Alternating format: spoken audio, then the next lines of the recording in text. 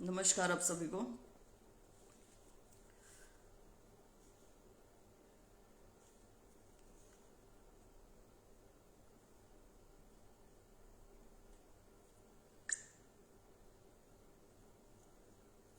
आप लोग जुड़ जाइए, फिर हम स्टार्ट करते हैं आज का सेशन।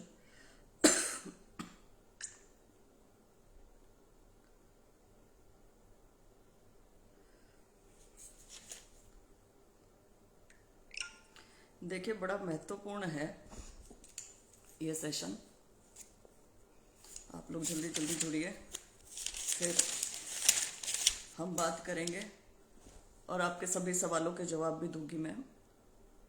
सबसे पहले तो इनफैक्ट मैं आप सबसे माफ़ी मांगना चाहूँगी कि बहुत सारे दिन हो गए हैं, बहुत मतलब शायद डेढ़ दो तीन महीने बाद मैं लाइव आ रही हूँ।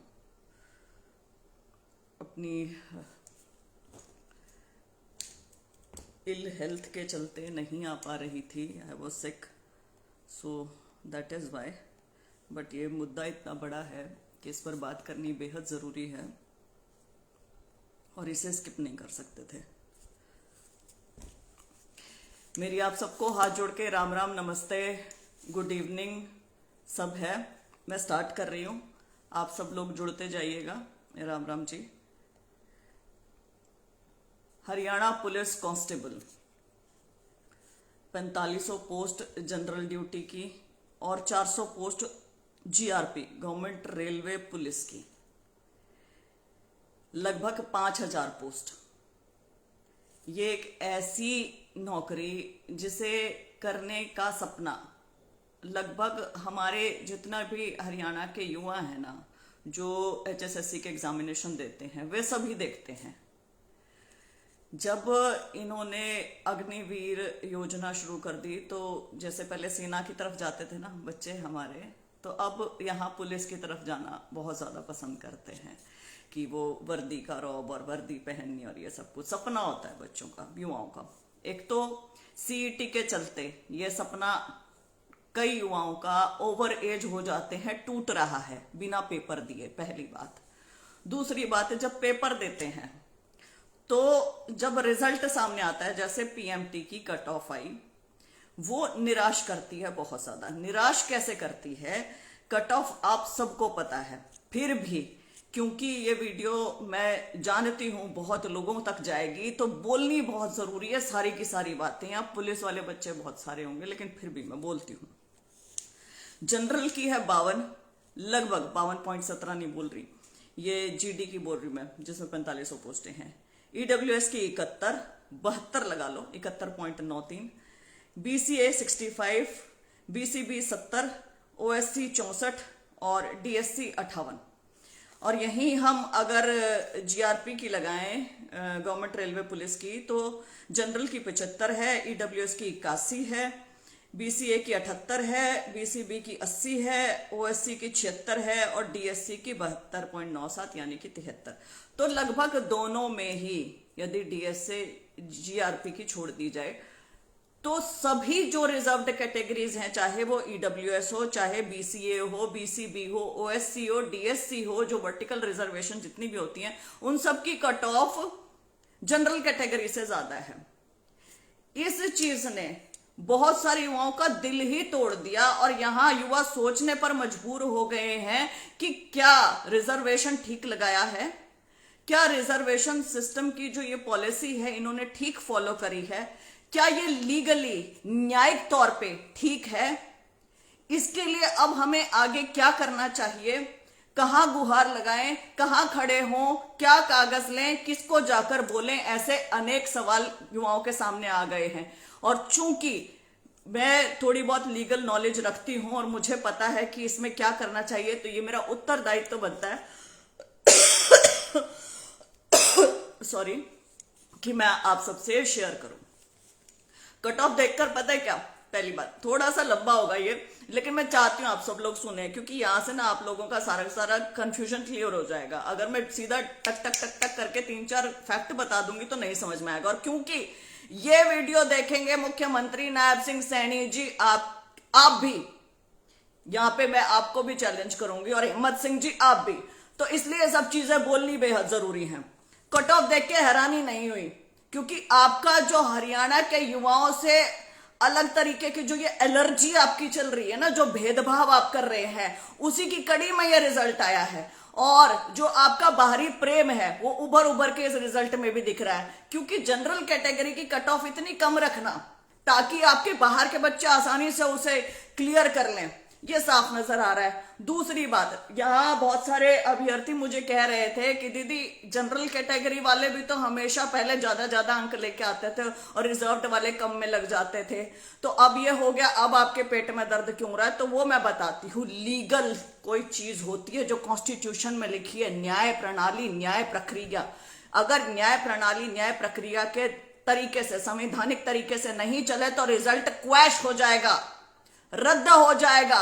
ये जो आज आपको ये चीजें ठीक लग रही हैं, कल यही चीज आप इस प्रताड़ना से गुजरोगे, पहली बात। दूसरी बात, ईडब्ल्यूएस भी जनरल कैटेगरी के ही बच्चे हैं और ऊपर से आर्थिक रूप से कमजोर बच्चे, ऐसे बच्चे जो गरीब परिवारों से आते हैं, जिन्हें जरूरत है कि सरकार उनकी मदद करे। रिजर्वेशन उनके लिए इसलिए ही लाई गई थी ताकि उन्हें भी समान फुटिंग पर रखा जाए। और तीसरी बात, रिजर्वेशन जब हमारे स्वतंत्रता सेनानियों ने डाला था, अब मैं बाकी कैटेगरीज की बात कर रही हूं, तो वह इसलिए डाला था कि सोशली और एजुकेशनली बैकवर्ड थी हमारी बाकी कैटेगरीज, हमारे बाकी भाई बहन, ताकि उन्हें समान इक्वल फुटिंग मिल सके और समाज में इक्वल रिप्रेजेंटेशन मिल सके। इसलिए तो इस पर सवाल करना गलत है। ये मेरे पेट में दर्द या किसी और के पेट में दर्द वाली बात नहीं है, ये न्याय की बात है, ये संविधान में जो लिखा है उसकी बात है। और ये बात है कि क्या यह बात सुप्रीम कोर्ट में, हाई कोर्ट में कहीं पर भी टिक पाएगी?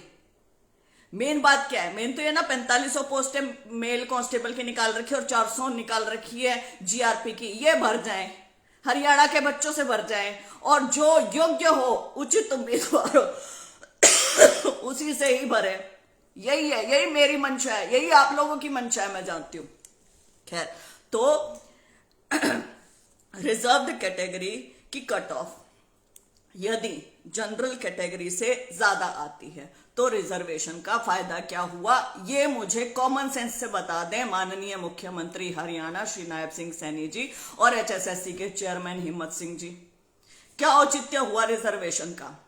कॉमन सेंस से ये बता दो, आर्टिकल 14, आर्टिकल 15, आर्टिकल 16 संविधान के क्या कहते हैं?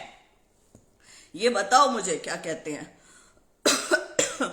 क्योंकि ये आपको पता है या नहीं है, ये पूरा हरियाणा जानना चाहता है, क्योंकि सच में कॉमन सेंस की बात है।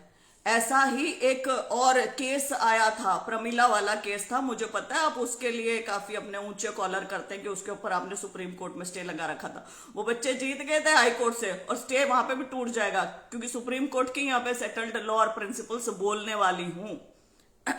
ऐसे हवा में बातें नहीं करूंगी। अब सभी बच्चों के लिए एक सिनेरियो सोचना, जीडी की ये जो मेल कांस्टेबल जीडी में जो जनरल की कट ऑफ है वो है 52, ईडब्ल्यूएस की है 72। मतलब ईडब्ल्यूएस में जिसके 71 नंबर भी आए हैं ना वो सिलेक्ट नहीं है, 70 भी आए वो सिलेक्ट नहीं है। लेकिन जनरल कैटेगरी का ही बच्चा जो आर्थिक रूप से मजबूत है वो 52 नंबर लेके सिलेक्ट है। लेकिन जनरल कैटेगरी का ही बच्चा जो आर्थिक रूप से कमजोर है वो 70 अंक 70 अंक लेकर भी सिलेक्ट नहीं है। खुला कुछ दिमाग। ईडब्ल्यूएस आर्थिक रूप से जनरल कैटेगरी का ही कमजोर बच्चा 69, 68, 67, 66, 65, 64, 63, 62, 61, 60, 59, 58, 57, 56, 55, 54, 53 अंक लेकर भी नॉन सिलेक्टेड है। कैसा मेरिट है ये, और कैसा मिशन मेरिट? धक्के का मिशन मेरिट नाम दे रखा है बिना बात का। काहे का मिशन मेरिट? कहां से मेरिट फॉलो कर लिया हरियाणा सरकार? इसको कहते हो मेरिट? मैनिपुलेशन करते हो, हर एक रिजल्ट के साथ मैनिपुलेशन करते हो और फिर उसको मेरिट का नाम दे देते हो, सीधा सीधा उठा। क्या है ये? ईडब्ल्यूएस का बच्चा 71 नंबर लेके नहीं पास हो रहा, बीसीए का बच्चा 65 अंक नहीं लेके पास हो रहा, बीसीबी का बच्चा 69 अंक 69 अंक लेके पास नहीं हो रहा, ओएससी का 64 अंक लेके पास नहीं हो रहा, डीएससी का 57 अंक लेके पास नहीं हो रहा है। और ओपन कैटेगरी में तुमने 52 अंक का हरियाणा से बाहर का बच्चा पास कर दिया, यूपी का बच्चा पास कर दिया, बिहार का कर दिया, मध्य प्रदेश का कर दिया, तमिलनाडु केरला पता नहीं कहां कहां के बच्चे तुमने कर दिए, लेकिन हमारे ही राज्य के गरीब बच्चे 70 अंक लेके पास नहीं हो रहे हैं। बहुत बड़ा सवाल है। मिशन मेरिट के नाम पर केवल पोस्टर लग रहे हैं, उनके ऊपर पैसे खर्च हो रहे हैं, जो हमारे पैसे हैं, हम टैक्स के देते हैं सरकार को, या बाहर के बच्चे लगाए जा रहे हैं। हमारे बच्चों के साथ केवल और केवल अन्याय हो रहा है।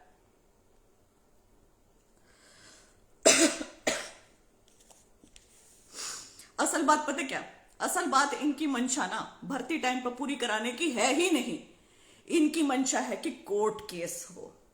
अभी तो 2026 ही चल रहा है, 2029 तक कैसे लटकाएं और अटकाएं, क्या करें ऐसा कि कोर्ट केस हो जाए। तो ये बड़ा क्लासिक एग्जांपल है, इसके ऊपर कोर्ट केस होगा ही होगा, 100% होगा। आपको क्या लगता है, आपको और मुझे पता है, इन्हें नहीं पता होगा? इन्हें सब पता है। इन्होंने सीईटी को बना लिया है 5 साल का गेम अपना।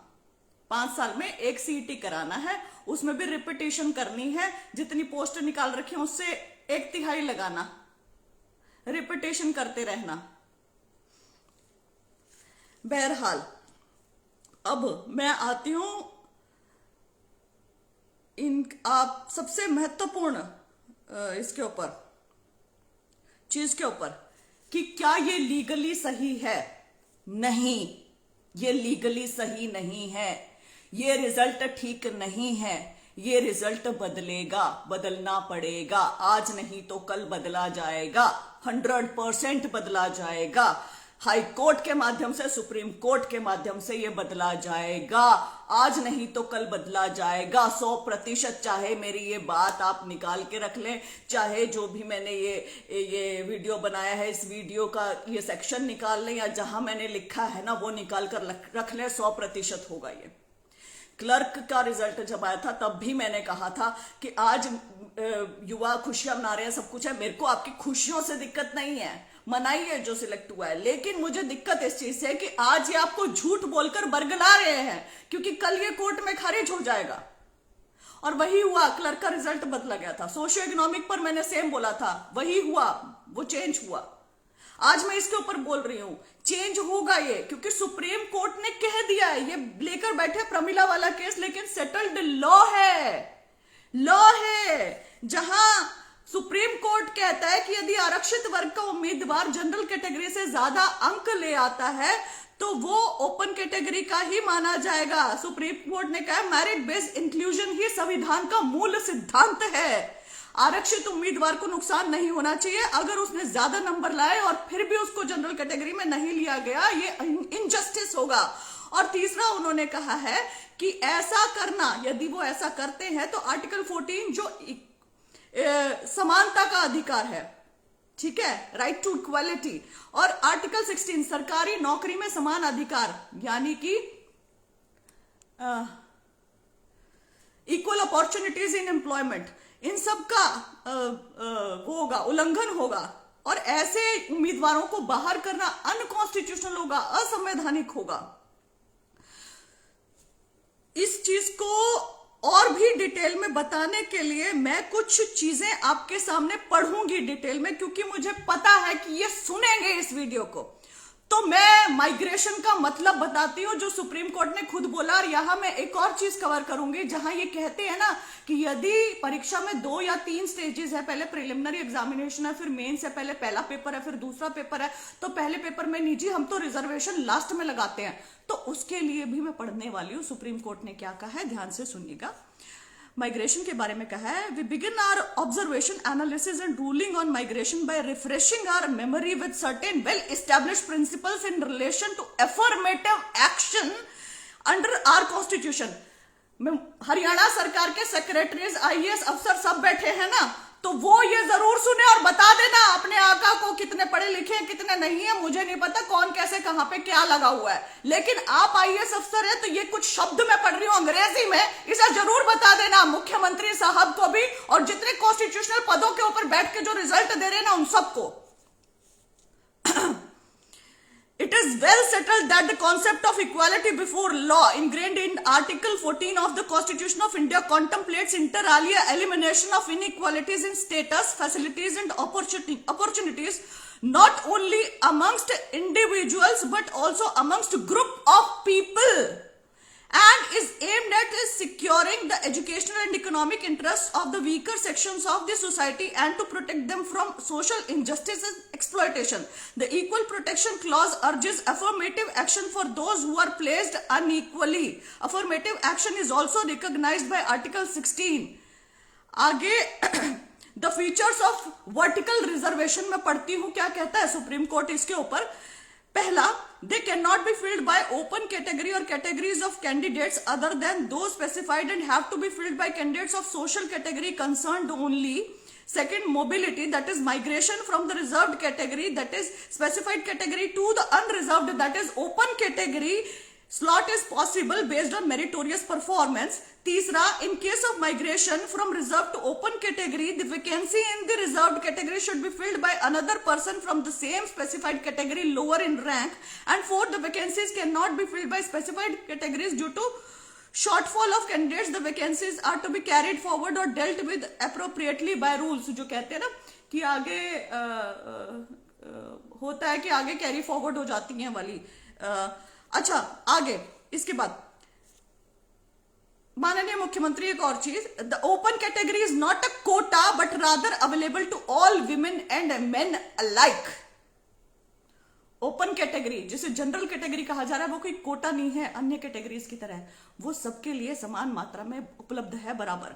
The above observation were followed by his lordship's observation found almost at the end of the opinion that the open category is open to all and the only condition for a candidate to be shown in it is merit, regardless of whether reservation benefits of either type is available to her or him. The same have a profound meaning and need to be translated into action without being unnecessarily bothered by a term like migration. इसके बाद एक और चीज, in view of this rule that court held that the claim of reserve category candidates to be accommodated in open category on the basis of marks obtained will be determined at final stage. जो बोलते हैं कि final stage पे reservation लगेगी, बीच में नहीं लगेगी, उसका जवाब है जो सुप्रीम कोर्ट दे रही है, जो तुम्हें भी सेम मिलेगा, वो ये है, we find no reason to differ from that principle. However, the facts of the present case stand at a distinct footing. First, the main written examination here is not a mere preliminary screening test but an integral and substantive component of the selection process. यहां पर जो पास हो रहा है वही तो आगे जा रहा है, वही तो इंटीग्रल प्रोसेस है, वही तो आगे समान उसको वो वरना प्रोसेस से ही बाहर हो रहा है। तो ये कुछ चीजें हैं जो सुप्रीम कोर्ट ने बोली हैं, कहा है साफ साफ। आप एक चलिए सारी चीजें छोड़ते दोबारा रिपीट करती हूँ, आप एक जनरल कैटेगरी के बच्चे को जो गरीब है, जो 71 नंबर लेके आ रहा है, उसे फेल कर रहे हो, लेकिन जो बढ़िया है जिसके घर में 4 दाने हैं, खान पीन सब कुछ है, उसको 52 नंबर में सिलेक्ट कर रहे हो। कैसा मिशन मेरिट है ये? काहे का मिशन मेरिट? क्या समझते हो अपने आप को? क्यों ऐसे बोल रहे हो? डीएससी अति पिछड़ा वर्ग और ये सब कुछ आप बातें करते हो इतनी सब कुछ कि भाई इन्हें सबसे ज्यादा जरूरत है सरकार की और सरकार के संरक्षण की और सब कुछ, वो लेके आ रहे हैं 10-10 अंक ज्यादा जनरल ओपन कैटेगरी से, आप उन्हें फेल घोषित कर रहे हैं। आप युवाओं को पागल समझते हैं, टाइम बाय करना चाहते हैं, क्या आप ये दिखाना चाह रहे हैं कि आप बहुत ज्यादा देखो प्रॉम्प्ट हैं कि फटाफट आपने रिजल्ट दे दिया और आपने सीईटी के प्रोसेस चला रखे। ये तरीका है ना, यदि सीईटी के प्रोसेस चलाने का तो बंद कर दो, सीधा सीधा बोल दो भैया हम तो इलेक्शन ईयर में देंगे, रिजल्ट दे देंगे और ठीक ठाक दे देंगे। बच्चे अपने छाती पे मुक्का मार के बैठ जाएंगे कि ठीक है आखिरी में रिजल्ट आना है, 2029 में आना है, तब आएगा, देखी जाएगी, तब जो होएगा कर लेंगे, तब तक कोई ना कोई काम धंधा लग जाएगा, कोई ना कोई कहीं ना कहीं प्राइवेट में कुछ ना कुछ कर लेगा। लेकिन ये जो तुम ये पागल बनाने की कोशिश कर रहे हो ना युवाओं को, ये बेहद गलत है, ये सबसे ज्यादा गलत है, ये चीज होनी नहीं चाहिए। और लेकिन ना तुम ढीठ हो हरियाणा सरकार, सीरियसली ये जो आप ऐसे करते हो ये बेहद मतलब ये ढीठ पने वाले काम है। युवा आपसे हाई कोर्ट में लड़ते हैं, जीत जाते हैं, सिंगल बेंच में, डबल बेंच में जीत जाते हैं, आप उन्हीं के खिलाफ सुप्रीम कोर्ट में जाके खड़े हो जाते हो, बस टाइम बाय करने के लिए, किसी तरीके से भी बस प्रोसेस को सीधा खींच के रखना है, करना है सब कुछ।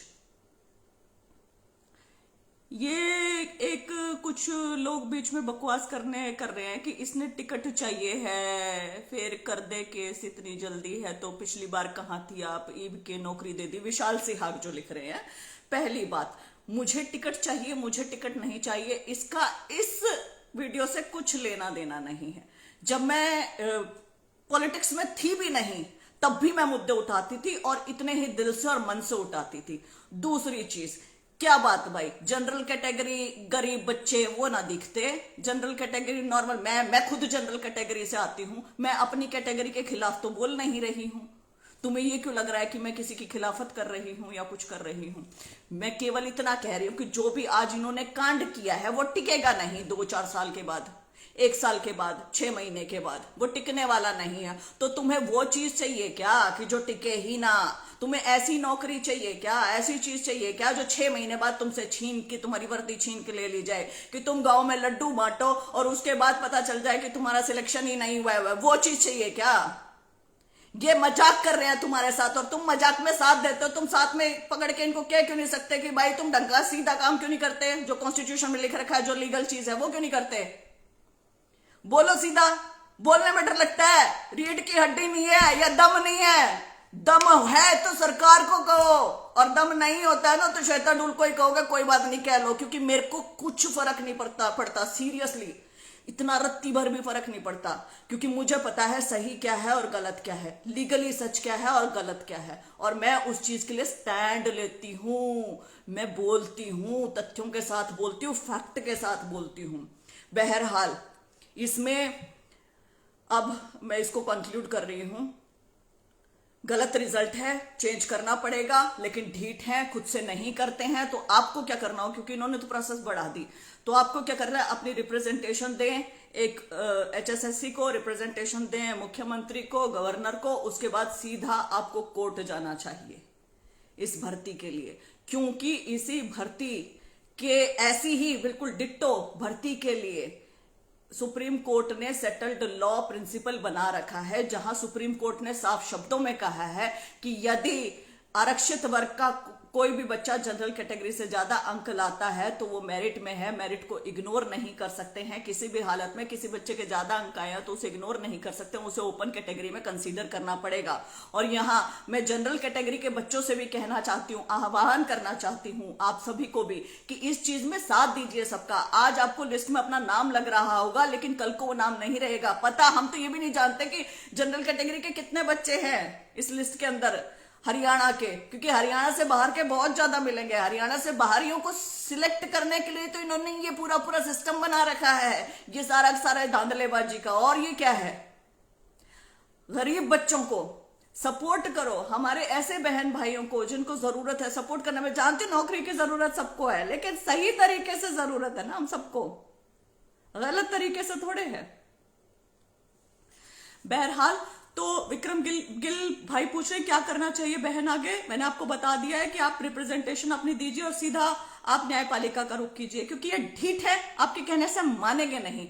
इनको ये है कि इन्होंने बहुत अच्छा किया, बहुत बढ़िया करा और ये जो कर रहे हैं वो ठीक है। लेकिन ऐसे ही एक केस में, प्रमिला का केस था, हाई कोर्ट से इनको झाड़ पड़ चुकी है, हाई कोर्ट के सिंगल बेंच से डबल बेंच से वहां पे केस जीत गई थी बच्ची, उसके अंक ज्यादा थे।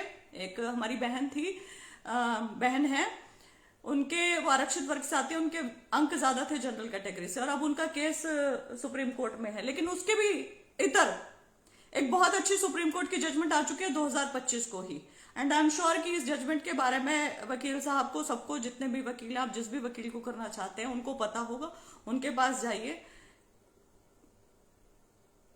लड़िए, संघर्ष कीजिए, ठीक है। बहरहाल और किसी के कोई भी सवाल हैं तो मैं आप सबके जवाब देती हूं। भजन लाल वर्मा, होश में आओ, बीसी समाज के बच्चों के साथ हो रहे अन्याय को सहन नहीं किया जाएगा। समय रहते बीसी के सर्टिफिकेट के नाम पर बाहर की पीजीटी एमओ जुडिशरी, ये बहुत बड़ा इशू है। एक और ये इशू है जो सरकार बोलती है कि ओबीसी की हम हितैषी हैं, उन बच्चों को सिर्फ इसलिए बाहर कर दिया क्योंकि उनके जो सर्टिफिकेट थे वो एक दिन लेट बने थे, मतलब एक दिन लेट में वो ओबीसी नहीं रहे। खैर ये इस इशू के बारे में पहले बात कर चुकी हूँ और आगे भी इसके बारे में जरूर बात करूंगी। 24 अप्रैल की सुप्रीम कोर्ट की डेट है। अच्छा जी मैम, हरियाणा कैंडिडेट तो बस पियून तक ही हम सीमित रह गए हैं एचएसएससी की कृपा से। मैं तो कह रही हूँ पियून वाली में भी ये बाहर वालों को डालने वाले हैं। आप एचपीएससी में आते थे बाहर के बच्चे ज्यादातर, लेकिन अब देख लो पुलिस वाली में आए होंगे। अगर ये डिटेल हम लेने लग जाए और एचएसएससी देने लग जाए तो आंखें चुंधी आ जाएंगी आधे से ज्यादा हरियाणा की जो अब यहाँ पे बोल रहे हैं। टूट लिए कति मैम आज, टूटे काम को नहीं चल रहा भाई दीप मेहता जी, टूटे काम ना चल रहा। पूरा मतलब जोश से खड़े हो जाओ और संघर्ष करो, लड़ना पड़ेगा, लड़े बिना चीज नहीं मिलेगी, ठीक है। संघर्ष किए बिना कभी कुछ नहीं मिला। वो कहते हैं कि थाली में सजा के नहीं मिलती है, कुछ लोगों के हिस्से संघर्ष आता है, कुछ लोगों के हिस्से लड़ाई आती है, न्याय की लड़ाई आती है। आपने तो खुद के लिए लड़ना है, लड़ो ना। बहरहाल मैं अभी इसको यहाँ पर समाप्त करती हूँ। मुझे बहुत ज़्यादा दुख हो रहा है ऐसी ऐसी जब मैं कट ऑफ देखती हूँ और ऐसे ऐसे चीज़ें देखती हूँ तो मैं सच में ये सवाल करने का मन करता है कि कैसे लोग वहाँ बैठे हैं जो हरियाणा के युवाओं के लिए ऐसे ऐसे फैसले ले रहे हैं और ऐसे फैसले लेने के बाद अपना कॉलर भी ऊंचा करके बोल रहे हैं कि देखो हमने कितना जबरदस्त फैसला लिया है कि आगे पीएमटी की डेट ये है, अपना एडमिट कार्ड यहाँ से डाउनलोड कर लेना, ये कर लेना, वो कर लेना, बिल्कुल जैसे कुछ हुआ ही नहीं है। जबकि उन्हें जिम्मेदारी लेनी चाहिए, उन्हें कहना चाहिए कि हाँ कट ऑफ ऐसी आई है, आनी नहीं चाहिए थी। मैं इसके ऊपर मैं गहनता से रिसर्च करूंगा, बात करूंगा, मुख्यमंत्री से बात करूंगा और देखूंगा कि रिजल्ट में कहाँ क्या गड़बड़ रही है और ऐसा रिजल्ट क्यों आया और इसे हम ठीक करेंगे। जहां एजेंसीज खुद ठीक करती हैं, हमारे कमीशन खुद रिजल्ट ठीक करें, हमारे मुख्यमंत्री इंटरवीन करें। यदि होता ना बिल्कुल कहूं जेम्स बॉन्ड टाइप का मुख्यमंत्री तो आके बोलता कि ये क्या करा है रिजल्ट के अंदर और रिजल्ट को ठीक करो और ये बच्चे इतने सारे प्रताड़ित हो रहे हैं, इन्हें खुश करो, तो क्यों नहीं सरकार वापस आएगी। आज जो ये इनको पैंतरेबाजी कर करके या जातिगत आधार पे या कैसे भी लड़वा मरवा के सरकारें लानी पड़ रही है या डिलिमिटेशन करके ये एक जगह तो 20 कॉन्स्टिट्यूएंसीज विधानसभा की डाल के बना देंगे, एक वो क्या कहते हैं लोकसभा की कॉन्स्टिट्यूएंसी और एक जगह 6 डाल के बना देंगे। ये सारे नाटक इनको करने पड़ेंगे। ये ना करके काम करके क्या सरकारें आ नहीं सकती? बिल्कुल आ सकती हैं, लेकिन काम करे कौन? लेकिन इतना पढ़ा लिखा कौन है? लेकिन इतनी समझ किसमें है? बस टालते हैं तो टालने वाले आगे आगे टालते रहते हैं। युवाओं की प्रॉब्लम किसी को समझ नहीं आती क्योंकि युवा एक जाति नहीं है, हम बस बेरोजगार हैं, है ना। खैर, तो लड़ो, संघर्ष करो, ठीक है। I am always there for you for guidance. किसी भी प्रकार की कोई भी मार्गदर्शन, कोई भी गाइडेंस और जितना मुझे आता होगा मैं आपका जरूर साथ दूंगी, आपके साथ रहूंगी। बहुत बहुत धन्यवाद, शुभ रात्रि, take care, all the best. और हाँ, टूटना नहीं है, ठीक है। ठीक है, थोड़ा बहुत दुखी हो लो, रो लो, बैठ जाओ शांति से, लेकिन फिर जब खड़े हो तो हिम्मत के साथ दोबारा, ठीक है। हिम्मत बिना काम नहीं चलेगा। All the best.